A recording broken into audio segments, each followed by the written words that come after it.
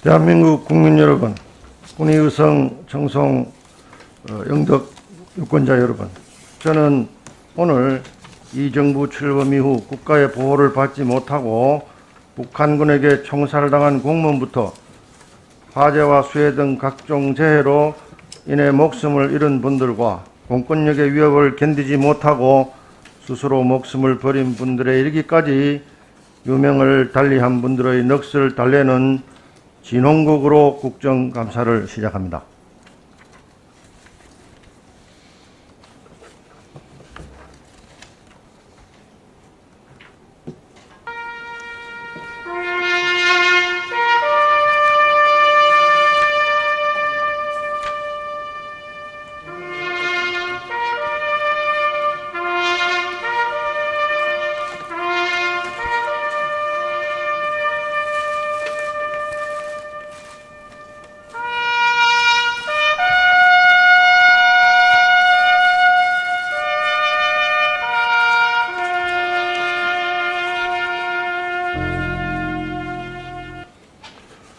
변창흠 사장님, 네네.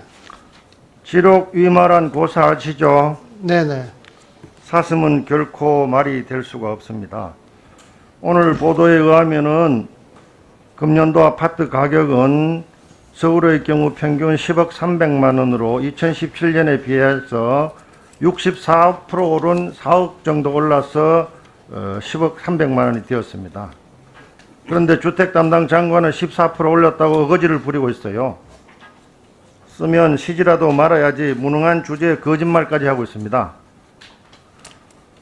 주택 가격의 상승 요인은 여러 가지가 있을 수가 있죠. 지금 변 사장께서는 지난 3년간 수도권 가격이 이렇게 천정부지로 올라버린 이유가 표에 보이고 있는 4가지 요인 중에서 어떤 요인이 가장 중요하게 작동됐다고 말씀하실 수 있을까요? 저는 시기적으로 부동산 가격이 상승 국면이 있고 하강 국면이 있는데 지금은 전체적으로 상승 국면에 와 있다. 그렇게 하나마나한 유체이탈 화법을 쓰면 안 됩니다. 담당 공사 사장이 그런 발언을 하고 있어요. 그 상승의 원인이 부동산 가격 상승이 투기꾼들이 장난하고 주택 공급은 충분히 됐는데 다만 유동성 과잉이나 택지 공급 부족으로 인해서 올랐다고 우기고 있는데 동의합니까? 여러 요인들이 같이 결합된 것이기 때문에 그 한 가지 요인만으로 그렇진 않은 것 같습니다. 다음 장. 네. 이 표를 한번 보시죠. 이 표는 마치 지난 10년간 주택 가격 상승표처럼 보이는데 사실은 택지지구 지정 물량입니다. 뒤편에도 나오겠지만 노무현 정부 때는 1억 평이 넘는 많은 택지를 지정했고 이명박 박근혜 정부 때는 택지 지정이 굉장히 낮았어요. 왜냐하면은 시장이 달아오르게 되면은 공급 확대를 위해서 택지를 늘려야 되는 거고 시장이 침체가 되면은 택지 공급을 하면 안 되는 겁니다. 이런 요인들이 있었음에도 불구하고 계속해서 엉뚱한 이유를 들이대고 있는 거죠. 국민 여러분, 집값이 오른 것은 택지 지정이 감소됐기 때문에 오른 게 아닙니다. 이 정부 정책 실패로 오른 거예요. 이 정부는 거짓말을 하고 있습니다. 집값 폭등의 이유를 자기 잘못이 아닌 전 정권의 잘못으로 전가하고 호도하고 있습니다. 절반이 진실이면 전부가 거짓말이라고 탈무드는 가르쳐주고 있습니다. 여러분, 하늘 아래 진실은 하나밖에 없습니다. 다음 장 보여주시죠.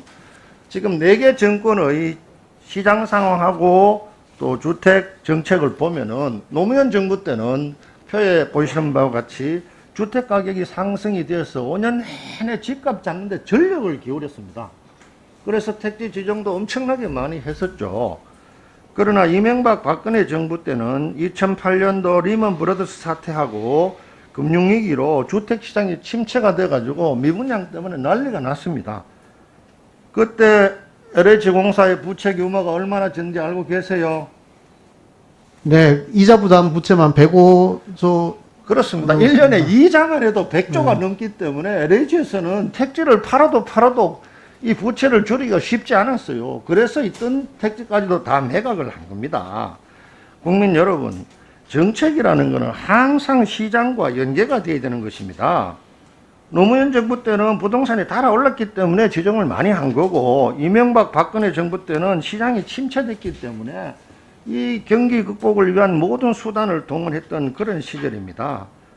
이 표 한 장이 지난 20년간의 시장 상황과 부동산 정책을 명백하게 이야기하고 있습니다. 이런 사실은 그대로 사실대로 판단을 해야지, 이걸 갖다가 과거 탓으로 돌리고 다른 정권 탓으로 돌린다는 것은 우매하게 이루 말할 수 없는 거예요.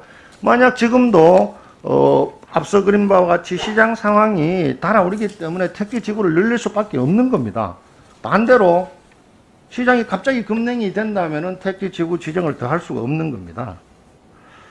사랑하는 LH 임직원 여러분, 여러분은 국민의 주거 문제를 해결해야 될 의무와 능력을 갖춘 전문가 집단입니다. 더 이상 정권의 아버지 하지 말고 사실을 왜곡하면 안 됩니다. 정권은 5년마다 바뀌지만은 LH는 언제나 국민들에게 질 좋은 주택을 충분히 공급해야 합니다. 이것이 영구불변의 여러분의 임무이고 여러분의 해야 될 사명입니다. 다시 한번 부탁합니다. 여러분들의 임무와 사명을 늘 가슴에 새기고 질이 좋고 충분한 주택을 공급하는 공기업이 되기를 부탁합니다. 이상입니다.